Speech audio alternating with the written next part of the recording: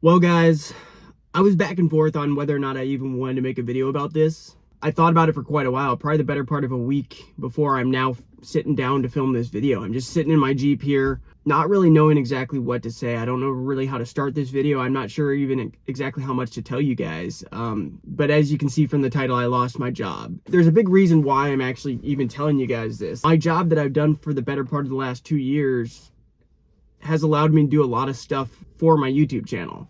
I've been able to film YouTube videos in super cool places, a lot of places I'd never even be able to go to if it wasn't for my job.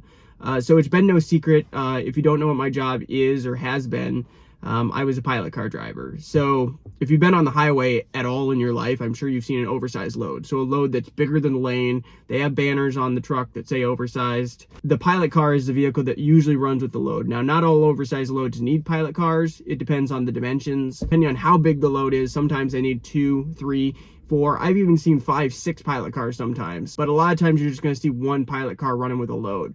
So on a 4-lane road, my job is to stay behind the truck. I'm talking to the truck driver via CB radio, and I'm letting him know what's coming up alongside him. He can't see what's there. My job is to watch his blind spots, grab the lane for him whenever he needs to get over, because keep in mind, when he's overhanging the lane, if we come up and he sees up ahead in the distance that there's a car on the shoulder, he needs to go left. So it's my job to grab that lane for him to the left. And then on 2-lane roads, whenever you get put on 2-lane, I then have to jump in front of the semi-truck, and I go out in front of him roughly 200 meters, quarter mile, somewhere in there.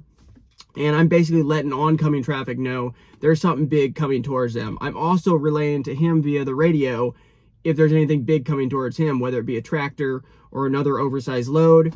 So that's basically, in short, what the job entails. So I've been doing this for the better part of 2 years, and the reason I even got into it, I didn't even get into it because I was looking to get into it. I actually had a job. I had a job that paid the bills. It wasn't the greatest job in the world.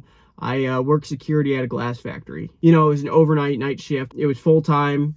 But to talk about how I even got into it, my brother's girlfriend was good friends with my former boss. And we actually all graduated from high school together. So he was looking to start this pilot car company, and he was talking around looking for somebody who would drive for them.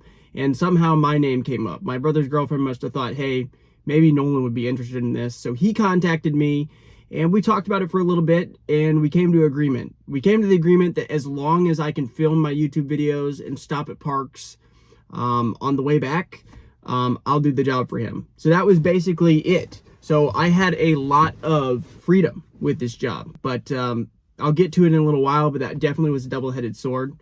There was good and bad that came with that freedom, and I'll explain that a little bit further in a little bit. The main thing I ran with was swimming pools. So there's a swimming pool dealership locally to me, and a lot of the oversized loads were swimming pools leaving from that dealership. And so a lot of them went to the big city or to the suburbs. And that's mainly what I did. I did do other stuff. There's a trucking company I ran with, and we did a lot of aluminum pieces. So we did the plane wings that went out to Boeing out in Washington State, out in Seattle. I did quite a few of those loads. I filmed a lot of cool videos along the way. I've really been all over the country. And this job has really allowed me to film a lot of cool videos, and I am thankful for that. It's kind of bittersweet in a way, because on one hand, I'm glad that I took the job. I'm glad I've had all the experiences I've had. But on the other hand, right now, I'm feeling kind of down. I'm feeling kind of down and depressed right now. I'm glad that I took the chance and took the job. I'm glad all the cool memories and cool places I've gotten to film. And since I filmed them and put them on YouTube, I can watch those back. I can watch back my experiences, which is kind of cool.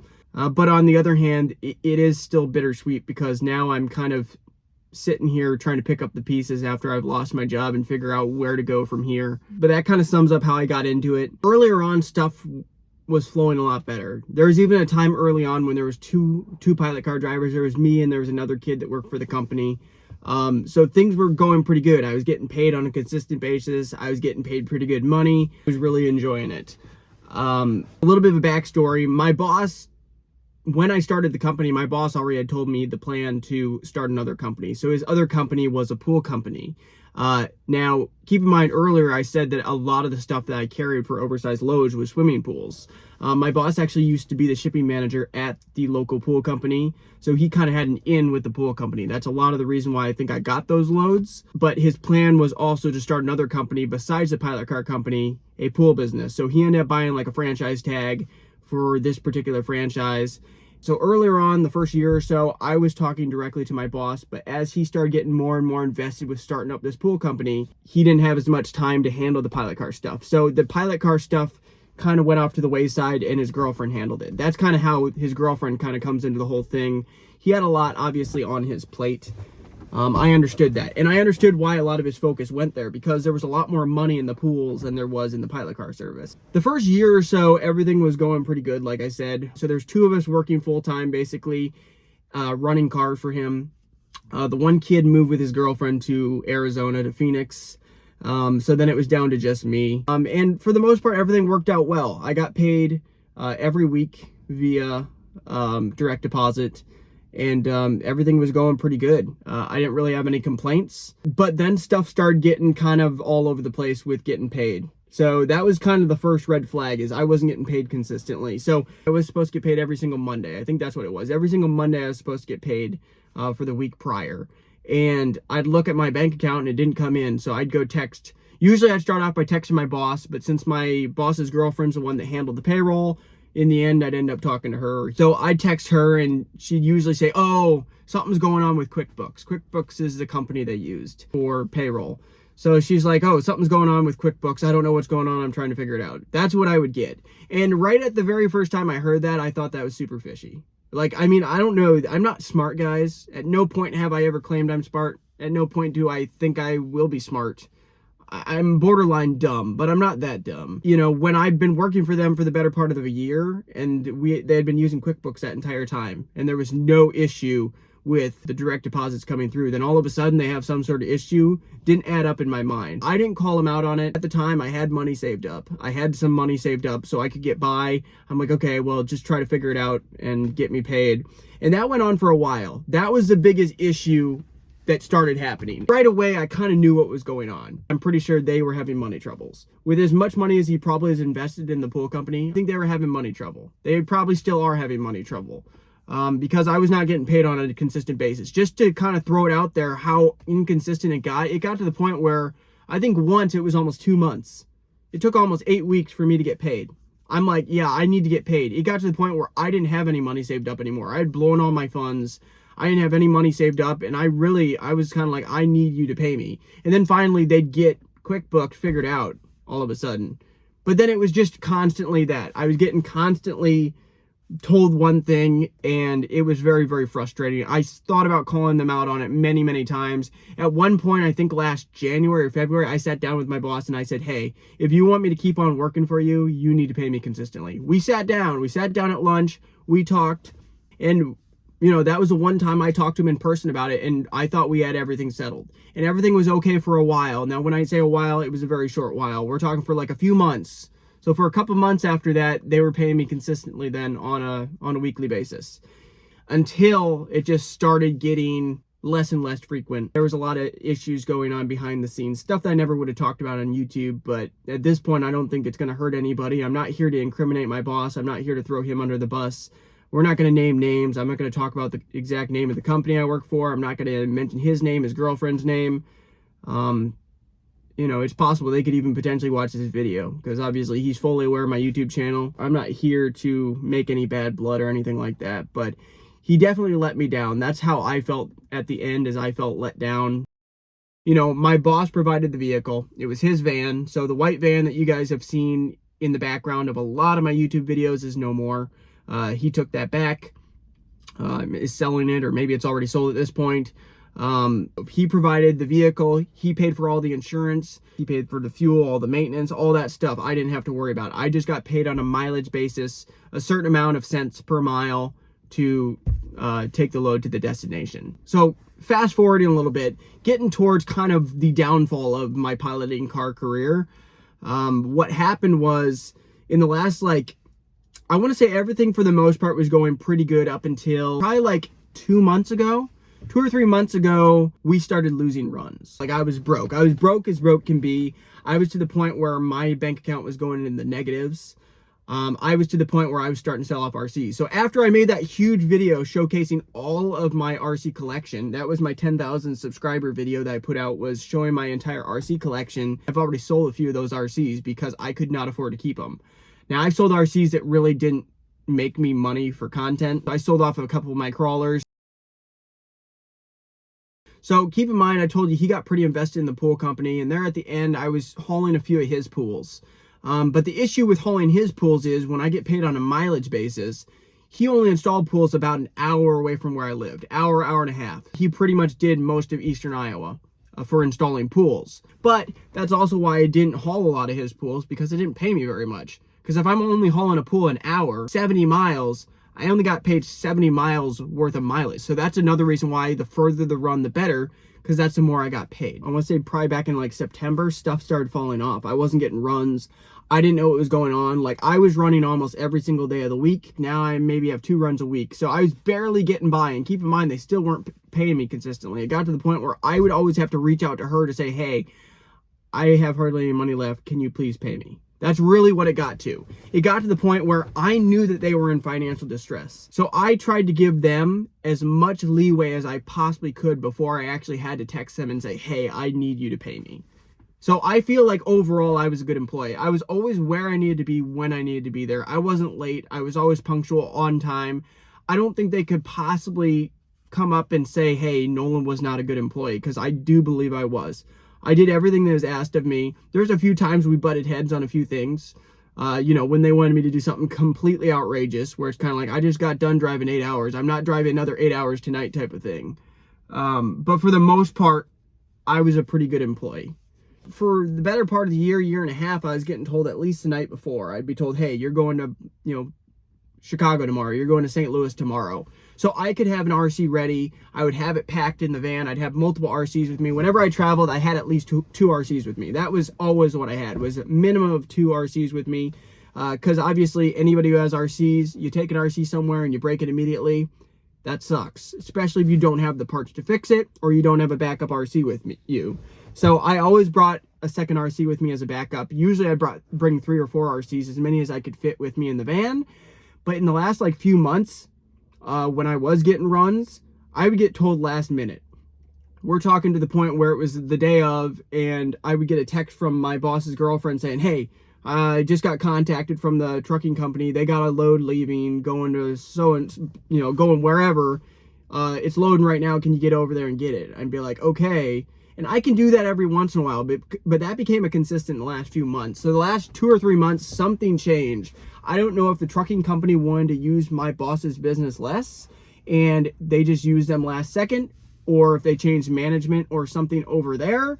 But for whatever reason, in the last few months, whenever I was getting runs, I was getting told last second, literally get over there in 20 minutes. And I wouldn't even have time to load an RC. I wouldn't have time to charge up batteries.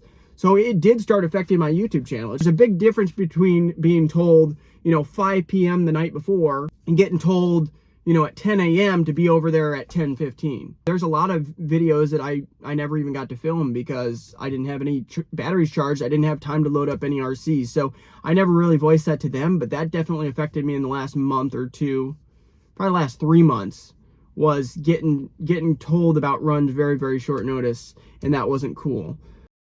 At this point of filming this was probably a month ago, but I piloted one of my boss's pools, one of his pools that he was installing for his customer, about an hour and a half away from home.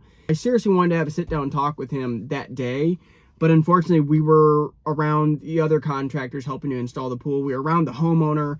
So that day I never got a chance to talk to him, but I basically told him in person when I took him off to the side when we were trying to install the pool, and I'm like, hey man, when you get a chance, I really need to talk to you. It's important. I said that face to face to him, and he's like, okay.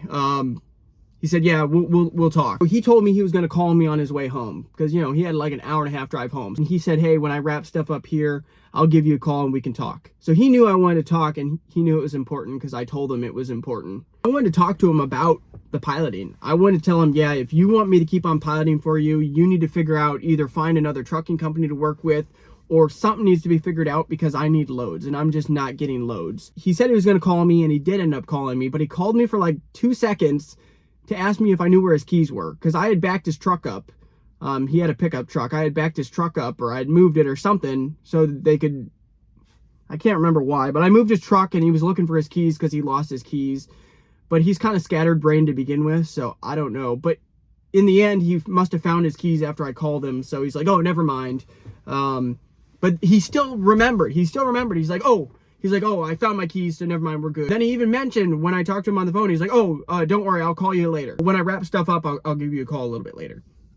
So I'm like, okay. So I waited around. I'm not really waiting like on pins and needles, because my boss has kind of let me down quite a few times up to that point where he'd said he'd call me and he doesn't. In the end, I waited around that night and he never called me up. And then I waited the next day, we kind of waited around, he never called me. I ended up calling him, and that was the weekend at that point, so I ended up calling him again on Monday. He didn't answer me. He slowly got worse and worse. Like earlier on, he was a lot better about communicating with me. His communication skills went way down as time went on. I felt way more respected earlier on when I started this job. I felt way more valued as an employee. As time went on, I felt like my importance started to go down and down and down. I was hoping that he would still be able to salvage the pilot car company. We could work something out. But unfortunately, he never got in contact with me. One contact I had from him is one day, at this point, probably about a week and a half ago, he called me a couple times, but I was asleep. And then I got a text from him saying, hey, I need to come pick up the van. We're going to sell it. That's what I got. So after working for him for the better part of 2 years, didn't really talk to me at all. I get a text one day saying, hey, I need to come pick up the van. We're going to sell it. Like I said, it's his van. He can do what he wants with it. But it wasn't cool in the sense that I had worked for him for 2 years and he never took the time to talk to me about what was going on. And I didn't try super hard to get a hold of him. Let's be realistic. If I wanted to, I could have been hounding him every single day if I wanted to. But I didn't. But, you know, I gave him space. If I called him, he knew that means call me back. I knew stuff was getting slow. And obviously I knew that at some point it would lead up to he'd have to close down the business because he's paying for insurance. Commercial insurance to run a pilot car business is not cheap. His girlfriend ended up texting me, and she kind of gave me a similar text like, hey, we need to come pick up the van because we're going to sell it. Thank you for everything you've done over the past 2 years. Something like that. It's like I was going to call her right up, but I realized, you know, she's at work. I'm like, crap. Like, keep in mind, I had a job that paid the bills. I even told her this through a text. I said, I had a job that paid all the bills 2 years ago. I took a chance on you guys to come work for you guys, and now you guys are kind of just leaving me hanging, saying, hey, we're selling the van. This is it. I called her out in that text. I'm like, yeah, I don't feel like I was valued for most of that time. I feel like you and my boss have let me down. A combination of being lied to, ignored by both of you. I just kind of let it out in one pretty long, lengthy text. And instead of getting an apology or anything like that, I basically got a text sent back to me, turning around on me saying if I wanted to leave, I had every opportunity to leave. Well, if you didn't enjoy sitting in a car all day, driving around with basically no oversight, with all this freedom, then you could have left. That's what I was kind of left with. So remember how I said earlier that that freedom was a double-edged sword, because with that freedom also came the freedom for them to ignore me when they wanted to, came the freedom to pay me whenever they felt like it. I'd much rather have somebody looking over me a lot closer and get paid on a consistent basis than have a ton of freedom but not get paid for it. Because imagine driving for somebody for 2 months and not getting paid for it that entire time. You know, I was told I was supposed to get paid on a weekly basis. I don't think they saw it from my perspective. And I'm a pretty reasonable person. So long story short, after sending them that text, I left the keys and my business credit card in the van. They came, they picked it up. I never had any contact with my boss. I haven't had any contact with my boss since. They shut down the pilot car company, so I assume they dissolved the company. I don't know. It was less the job that I loved. It was more what that job allowed me to do. The job allowed me to go cool places and film cool YouTube videos. And that's what I think I enjoyed the most about the job. Not as much the job itself, because I did have to put up with a lot of BS on a very regular basis, but it allowed me to film YouTube videos. And I think that is what I truly love to do. Like if I could go around right now and just drive my Jeep around places, take my dog and go film YouTube videos places, I would do that. Seriously, I've seriously thought about it. I'm like, you know, the channel's growing, but it's not a huge channel. My channel's still a small channel. We're talking, I have like 11,000 subscribers at the time of filming this video. And we're going to continue to grow, I think. I'm still going to do reviews. I'm still going to do tests. I'm still going to bash the heck out of my RC cars. There's still going to be upgrade videos, still going to be upgrade series. I'm still going to travel in my free time. It's just right now I don't have any money because I'm broke. I love going to new places. My favorite place to hit up with my RC cars was sand dunes. I've grown to really love the sand dunes. I love taking my RC cars to the sand dunes. That's some of my favorite videos were filmed in the sand. I think now that I'm done doing this job, I might put together a playlist showcasing some of my favorite videos during my travels. So I might put together an RC Knockout traveling playlist. So stay tuned for that, guys. I might share that on my community tab at some point. I've never actually used my community tab, but supposedly you can share stuff on there. I thought about it for a second. I'm like, okay, well, you know, I've done piloting. I have my pilot car license. I'm licensed to go into a lot of different states. I could potentially start up my own pilot car service, but I'm not a business person. I think the biggest issue is just I don't want to be one of those over-the-road zombies. I've talked to quite a few pilot car drivers that are obviously owner-operators where they don't work for a company, and talking with them, a lot of them are traveling a lot. So they're deadheading a lot. So if they live in Indiana, they might drive 5 hours here just to start a run. So I was very, very fortunate working for my boss that I live right in the town that a lot of the pools left from. Or if I did leave from another place, it was a lot of times within like a half an hour to 45 minutes away is where I was leaving from.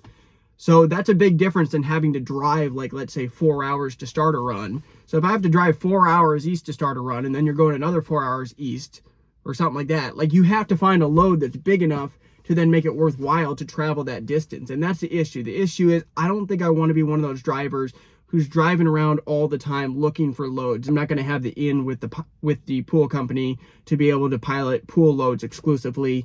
I'll have to travel and bounce all around the Midwest just to find loads, which even if there's money to be made, I'm going to be putting in a lot of money, you know, paying for my own gas. The insurance I know costs a lot because it's commercial insurance you need for pilot car service.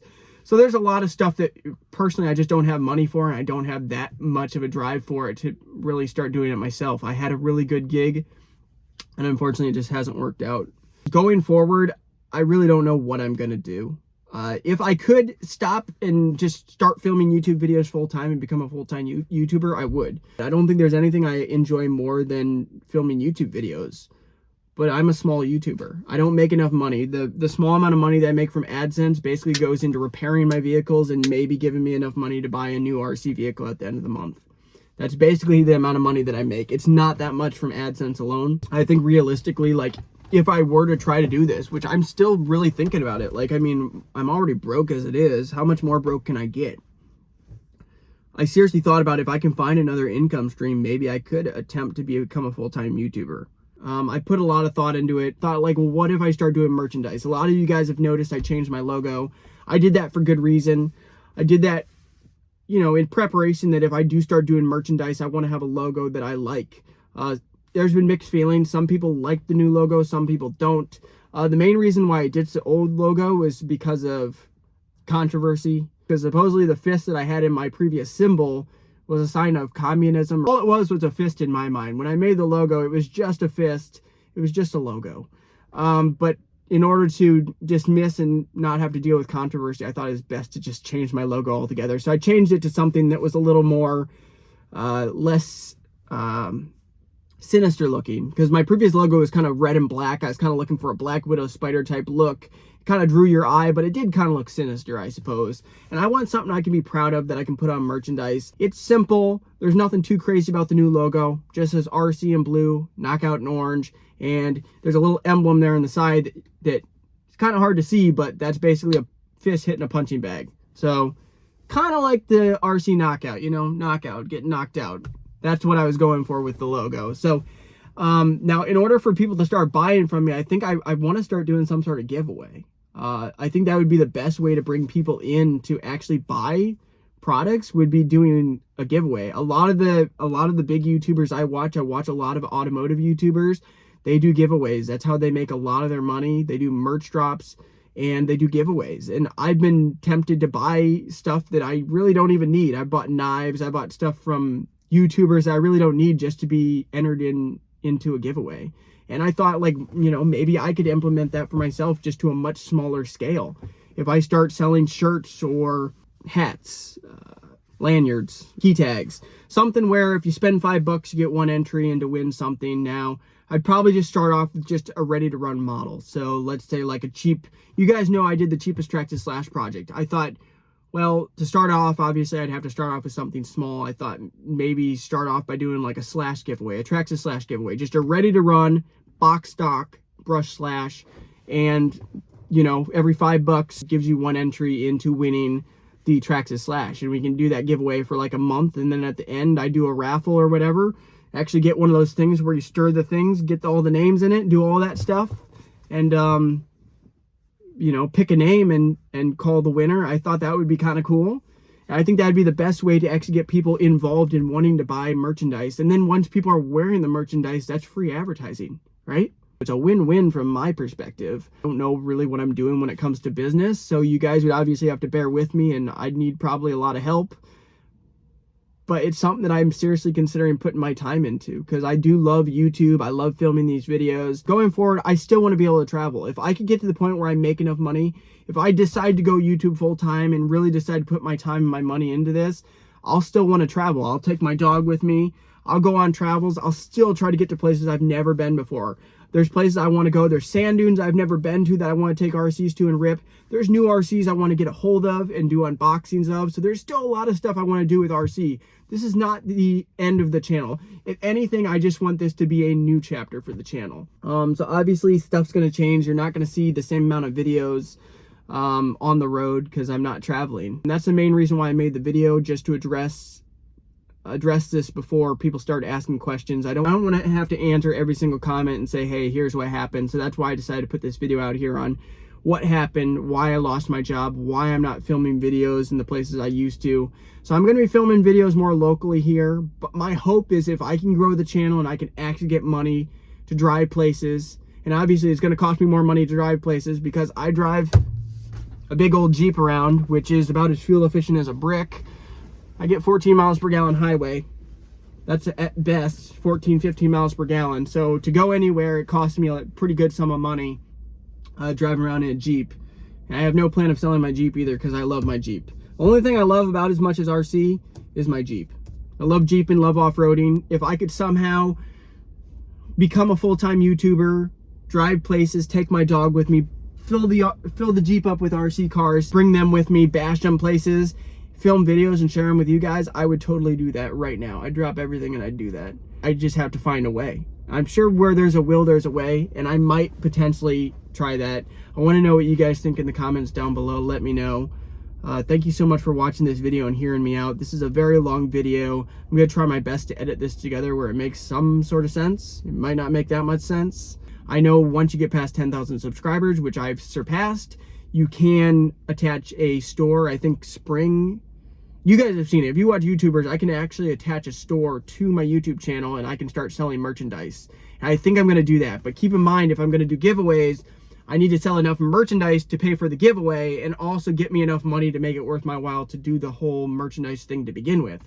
So I don't know what the margins are. I don't know how much it costs for them to produce a shirt, to print it, to put my logo on it, how much money they're going to take for doing the shipping, because from Spring and stuff, I think you outsource it basically. So I wouldn't be shipping it myself. I'd be having another company print the logo, put the stuff on it, ship it to you guys. I'd just be getting the names and stuff, putting it in basically a raffle. So at the end of the month or whenever, at the end of the giveaway, I can draw a winner to be able to call somebody to let them know, hey, you guys just won the Ready to Run Traxxas Slash giveaway or something like that. And then, you know, if this could work out, I'd like to go bigger and bigger. Maybe even start doing RC cars where I do a build on the RC car and then give away a built RC or even a nicer RC, something nicer than just a Ready to Run brush slash. But obviously you have to start off small. You have to start off somewhere. You have to start off with what makes sense and then build the giveaways up as you go. But let me know what you guys think in the comments down below. Thank you so much for watching, and see you in the next RC video.